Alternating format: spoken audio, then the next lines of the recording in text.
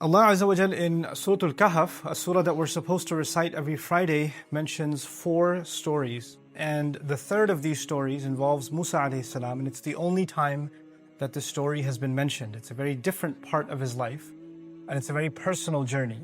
Most of the time when you read about Musa alayhi salam, it's either him directly speaking with Allah, or he's engaged with the Israelites, or he's challenging the Pharaoh, and it's a very public role or a leadership role. But in this particular story, it's very different from all the other things we learn about Musa alayhi salam. As a matter of fact, there are so many mysteries about the story, we don't even know exactly where to place this in his life. We know that it seems to have happened after they crossed the water, but exactly when historically and where he went, we don't know. And Allah chose not to tell us. But some things I want you to know about today for the purpose of this khutbah, my intention is not to actually tell you the entire story, but to highlight something Allah said within this profound account that Allah has mentioned. And that is that Allah Azza wa Jalla, in describing Musa alayhi salam, first of all, the most talked about prophet in the entire Quran. Nobody's mentioned by name more than Musa alayhi salam. And of course, he's been given the book, which then became the book that's more prophets taught than any other prophet. Meaning Allah gave him Tawrat, and after he gave him Tawrat alayhi salam, every generation after him had a prophet, and they taught Tawrat again and again and again and again and again. So more prophets were students of what he was given than any other prophet. So also, of course, Allah Azza wa Jal describes the people that ascribe themselves to him, the Jewish community. He describes them as ahbar, people of ink, people of knowledge, right? And ulama, Bani Israel, Quran uses the word scholars, or people of knowledge of the Israelites, meaning these are people that actually have profound knowledge. This is something they have from Allah, that Allah Azza wa Jal gave them. Even after the changes they made to the book, there's still some knowledge that they possess. So Allah highlights the knowledge and the highest status of Musa alayhi salam over and over again in the Quran. But then in this story, he is not the teacher, he's the student. Musa alayhi salam, who is in every other scenario a teacher, is now a student. And this is not early on. You know, when you think of education, early on in your career, you're learning, you're a student, and when you get certain qualifications, then after that you become a teacher. That's the normal progression of things. But this, from what we can tell, is actually happening much later on in the life of Musa alayhi salam, much after he's been a teacher. As a matter of fact, he's been a teacher to the Israelites. He's already received the Torah. He has been teaching on behalf of Allah Azza wa Jal. And if we're to accept the authenticity of the narration, it's even claimed that nobody was more knowledgeable on earth than Musa alayhi salam, that he didn't know of anyone who had more knowledge. And yet Allah tells him, there's someone who knows more than you do, and you need to go learn from him. And so this really interesting story is now about someone who from what we can tell in the Quran, was given more knowledge than anybody else, and yet Allah is telling him that you need to go learn from someone else. Now, the more someone is learned, the more qualifications they have, credentials they have, the higher status they have in society. I'm not even talking about religious knowledge. If somebody's got a PhD, it's a form of respect. If somebody's a professor in university, it's a kind of prestige. We know that. This is why we celebrate people that graduate, whether you're graduating high school or college, or you got a master's degree, or you got a PhD, or with Islamic studies, you got an ijazah, or you finished memorizing the Quran. Whenever somebody accomplishes something in education, their status is increased. They're more recognized in the society. People listen to them and they have more validity. And yet, this person who Allah describes as more knowledgeable, clearly as even than Musa alayhi salam, rather Musa alayhi salam is traveling an exhaustive amount to come learn from him. Nobody knows him. Nobody knows him. As a matter of fact, one of the most interesting things, is that we don't even know his name. The Quran, Allah did not mention his name. Yes, in the narrations we learned the name Khidr or Khadir, and there are variations of that spelling that are mentioned. But Allah, in His perfect speech, decided not to tell us who is this teacher of Musa alayhi salam. He didn't tell him his name. So how did Allah describe him? This is where I want to begin really today. He says, فَوَجَدَ عَبْدًا مِنْ عِبَادِنَا. Meaning Musa alayhi salam and his young assistant, they traveled together and they eventually found, listen to this carefully now, a slave from among our slaves. Which is probably in closer English expression would be just one of our slaves. They just found one of our slaves. One of our slaves is a description of all of us. That's not a special description. We're learning something profound here. To Allah Azza wa Jal, the more someone gains knowledge, the more they are identified as just another one of Allah's slaves. That doesn't make them more special than anyone else. It actually makes them realize, innani min al-muslimin, I'm just among everybody else. I'm not superior to anybody else. You see, every other knowledge, when somebody gains it, somebody gets a degree, they kind of like get a little full of themselves. Like if they're going to a convention and they've got a PhD, they're not just going to say Abdul Karim. They're going to say Dr. Abdul Karim, comma, PhD. Wait, let me put the P with double marker and H and D, you know. Or you introduce yourself to someone, hey, my name is Salman. No, my name is Dr. Salman. Or, you know, your email ID, whatever. It doesn't say Zainab, it says Zainab MBA. Or whatever. You know, you have to add your credential because it's a form of, I'm something. I have some value, you know. And people love throwing that on. I'm reminded back in the day when I was in college, this is in the 1800s. But when I used to go to, you know, MSA conventions, my friends, just for fun, they'd put their name. Like he's like the second year of college, he's putting his name, Dr. Faris Mahmoud, PhD, times 10. And they have his label. But the idea that credentials give you a kind of status. And what is that status with Allah? Well, if you really truly have knowledge, and if I really truly have knowledge, then we recognize the highest status with Allah of the highest knowledge is that I'm just a slave. I am and the word slave I use deliberately. I didn't say servant. I said slave because it's kind of an offensive term. Right? And literally in the Arabic language, I have to try to translate the Arabic of the Quran as close to the English as possible. I'm not trying to be politically correct. I'm trying to be accurate from a language point of view. Abd actually does mean slave. And yes, slave is an offensive term. But I want you to understand why that's used. Because slavery to anyone other than Allah is humiliation. But slavery to Allah is an honor. It's actually freedom. And also, you can't think of any title that somebody could give you that could be lower than slave. Like whoever has a job in the world, any role in the world, when they take that role, there is no more humble, more lower a title than that one. Here you have someone who has higher and higher, the highest knowledge, and yet all he is abdan, a slave. And on top of that, it's not al-abd. It's not even mu'arraf billam. It's not even the servant. Like this is the man to learn from. No, just any servant. There's an anonymity to him. This is profound because it teaches us something about what it means to truly learn Islam. When somebody's truly learning the knowledge of Allah, then actually they are more and more and more within everyone else, not above. They're not above them. They are more humbled than they are full of their credentials. Do you know where I graduated from? Do you know what degree I have? Do you have an ijazah in this? Did you study under this sheikh? None of that matters now. That disappears. I'm reminded of a really interesting incident or experience. Almost over a year ago, I traveled to Oman and Sultanate Oman, Muscat, and we had a program there. There was a program that I attended in a masjid for about 7 days. It was an i'tikaf. There were about 500 of us that stayed there. And this was a steady program for just reflecting on the Quran. That's what it was. And there were rules for attending this program.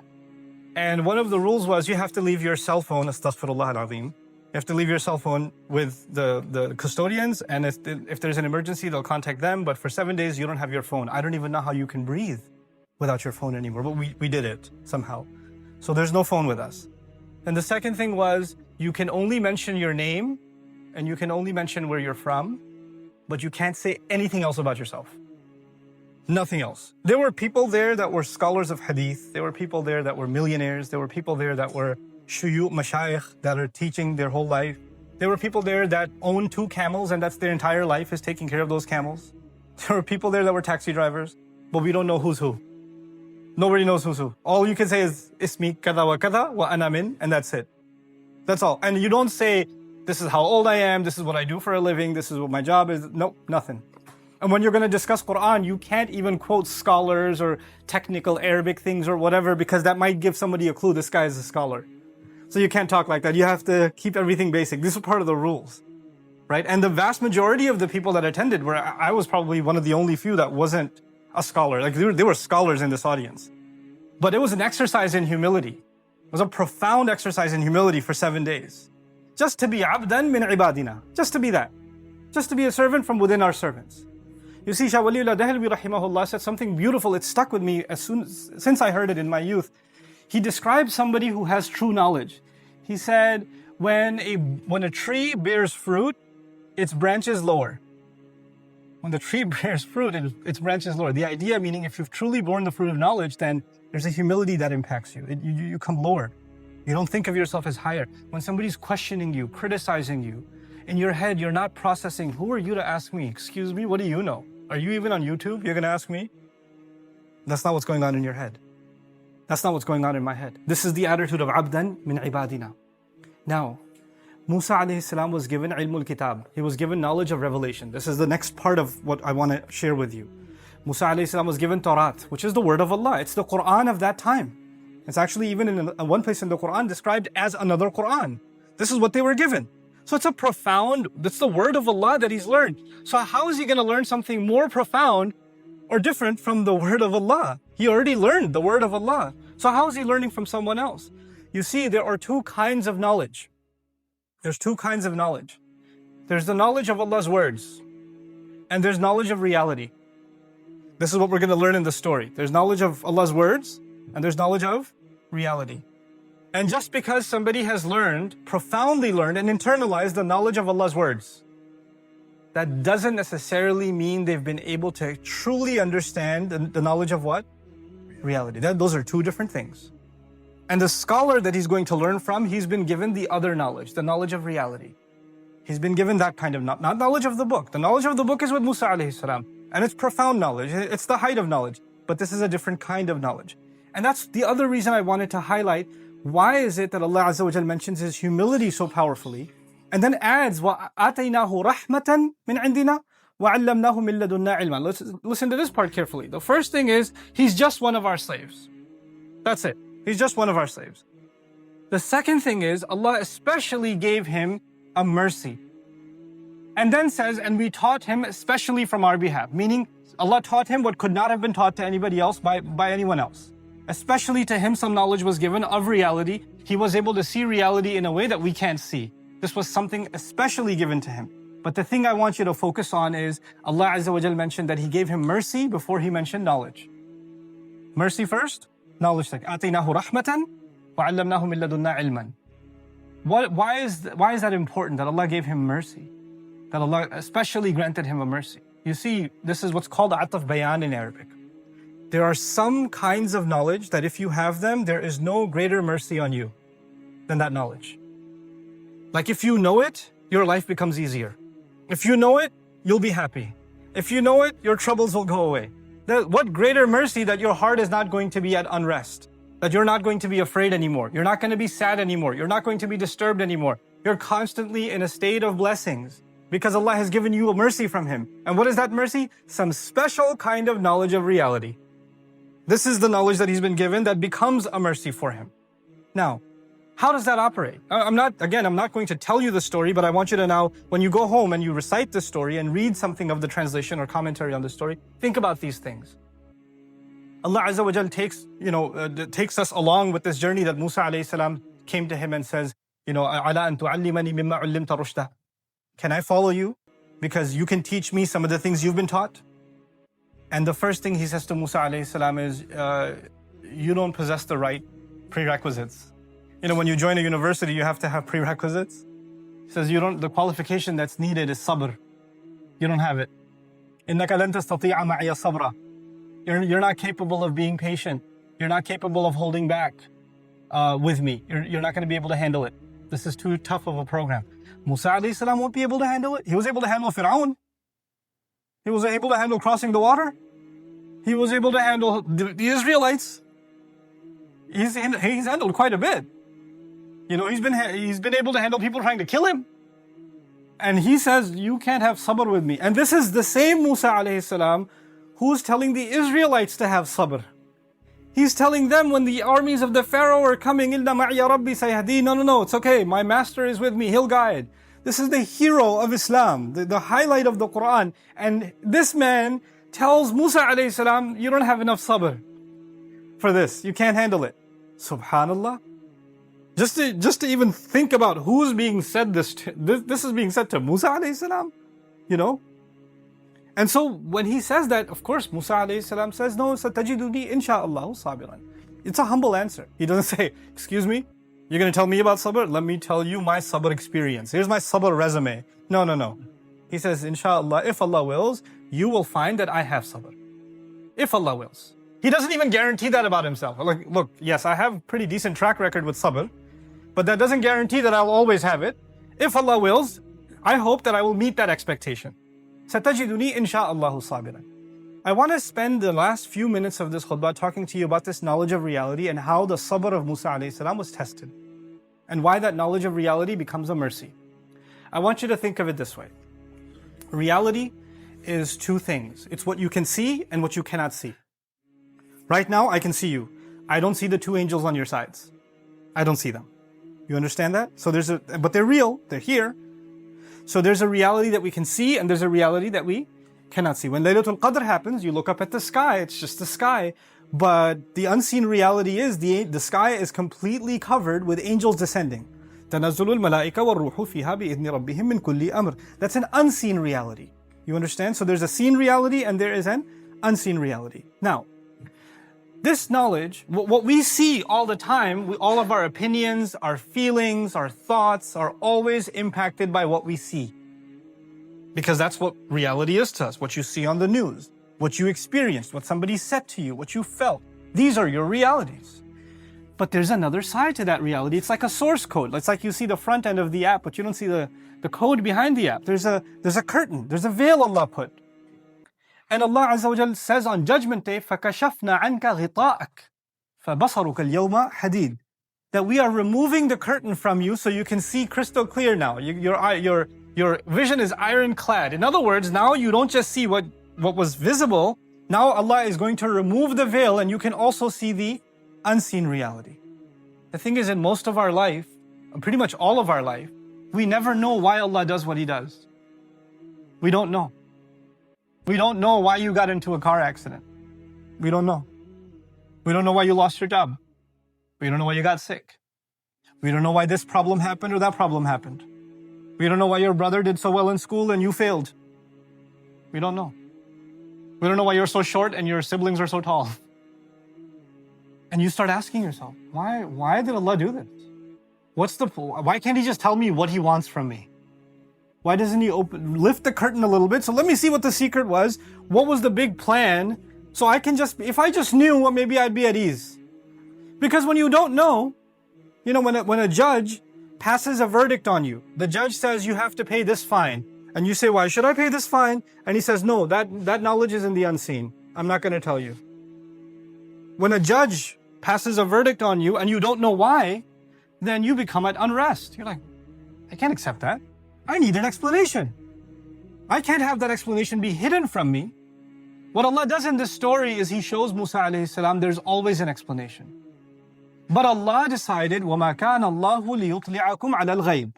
Allah has decided that He is not going to be informing you of what's happening in the unseen. Behind everything seen, there's something happening that is unseen, and He has decided not to tell you. In this story, what Allah decided to do is He, imagine there's a curtain, and Allah lifted it, through His teacher, just a little bit, so you can get a glimpse, a little bit, you can see what's happening behind the scenes. So you understand there's always something happening, but He doesn't lift it all the time. This is a special knowledge given to Khidr alayhi salam, which is a special mercy to him. He doesn't give that to He didn't even give it to Musa alayhi salam. Meaning this is a reality He doesn't even open to His messengers. That's the lesson we're learning here. So when Musa alayhi salam sees that people that are just earning a decent living and the only way they can make a living is a boat that they work on is being damaged by his teacher, like, what are you doing? This is messed up. How can you do this? What could possibly justify this? And he's told you you're not going to handle this. This is not the kind of course you can take and survive. You don't have the patience for this. Meaning he doesn't have the patience to see injustice and just stand by. Musa alayhi salam, when he sees injustice, he gets upset. When he sees two people fighting each other, he doesn't just stand there, he goes and fixes it. When he sees women struggling to feed their animal, he goes and helps. When he sees an innocent boy being killed, or he sees a ship being sunk for no reason, of course he's going to have a problem. And this became his test of sabr. In other words, when you and I see unfairness in your personal life, in your circle, When you see unfairness done towards you or done towards others, and you start questioning, why is this unfairness happening? This isn't right. That can't be a good thing.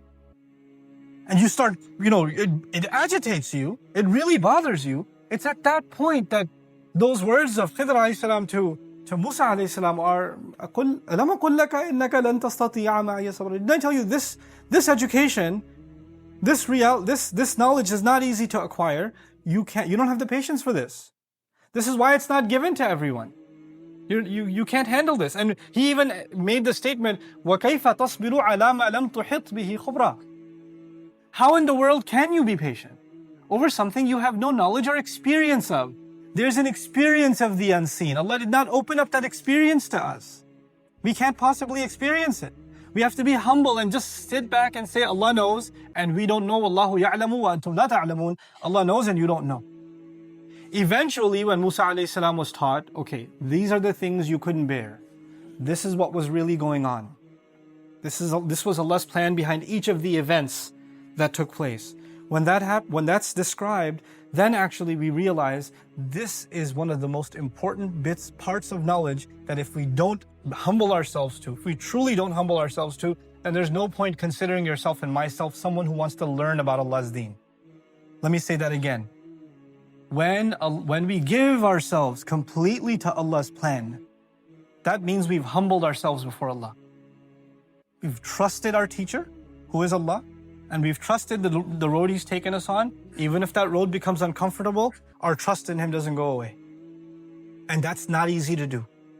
If that wasn't even easy to do for a messenger like Musa alayhi salam, وَكَلَّمَ اللَّهُ مُوسَى تَكْلِيمًا, the one who spoke to Allah directly, it wasn't even easy for him to do. That means it's not easy for you and me to do. This is one of the hardest things we have to do in life, is to actually be able to just be okay with Allah's plan.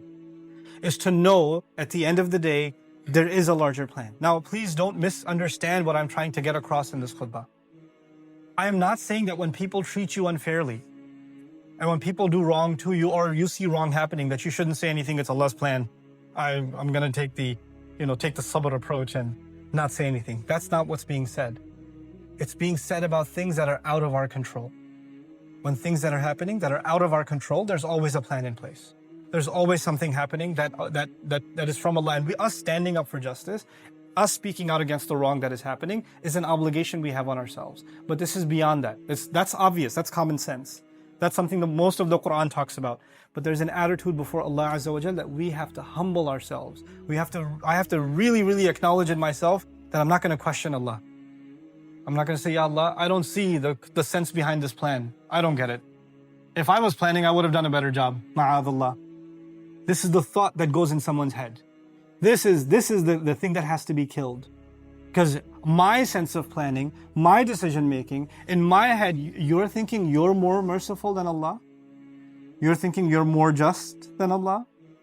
Am I thinking that I'm a better planner than Allah? I know better than Allah? I have more wisdom than Allah? Is that what I'm thinking? Because when I'm questioning His judgment like that, then there's clearly something wrong. Of course, we can get close to that sometimes. Even the angels got close to that at one point. They didn't understand why Adam was created. They didn't get it. They even asked Allah Azza wa Jalla, تَجْعَلُ فِيهَا مَنْ يُفْسِدُ فِيهَا وَيَسْفِكُ الدِّمَاء. Are you going to put on the earth someone who's going to cause corruption and spill blood? We don't get it. But immediately, as soon as they said this, because they don't understand, it's okay. We can ask Allah, Ya Rabb, I wish I understood why this is happening. Give me contentment to deal with what is happening. That's okay. But immediately, what did the angel say? وَنَحْنُ نُسَبِّحُ بِحَمْدِكَ وَنُقَدِّسُ لَكَ. And by the way, you're perfect. We're not questioning your perfection. We don't get it, but that doesn't mean that you're making the wrong decision at all. That's humility. That's to be a abd of one of the ibad of Allah. Abdan min ibadina. And this has nothing. On the one hand, you could have knowledge of the book. You could know the Arabic language and have memorized the Quran and have studied hadith and you know all of those things. But this isn't there. Contentment with Allah's decree is not there. Contentment with it. Knowing that what Allah has done is better. Knowing that what Allah has done has wisdom behind it. Knowing what Allah has done, Allah is a better planner than you and I will ever be. And there's good in it. Maybe that good is, sometimes a plant grows within a couple of days. Sometimes a plant grows in 20 years. Right? So the seed that you're experiencing now, we don't know the good of it will come now or it will come 100 years from now. We don't know that. But that's Allah's plan. That we can't have any knowledge of that. This is not something Allah Azza wa Jal decided to tell us. You know? And so Allah even in Surah Al-Imran, when Muslims were going through a difficult time, and this is the last thing I'll leave you with, Allah Azza wa Jal told the Muslims this. When they were questioning, you know, when we lost in Uhud, when we experienced tremendous loss in the Battle of Uhud. And Allah Azza wa Jal noticed that Muslims are even starting to ask, why did this happen to us? Why did we experience it? We have the Messenger of Allah with us, sallallahu alayhi wasallam. We're the believers that we've sacrificed with him. How can we experience this?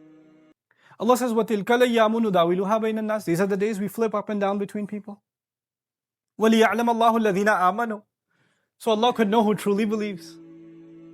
It's easy to believe when you're winning, isn't it? I want to see who really believes when you're what? You're losing. First time I studied this ayah, I used to live in New York. And back then, astaghfirullah, I was a New York Knicks fan.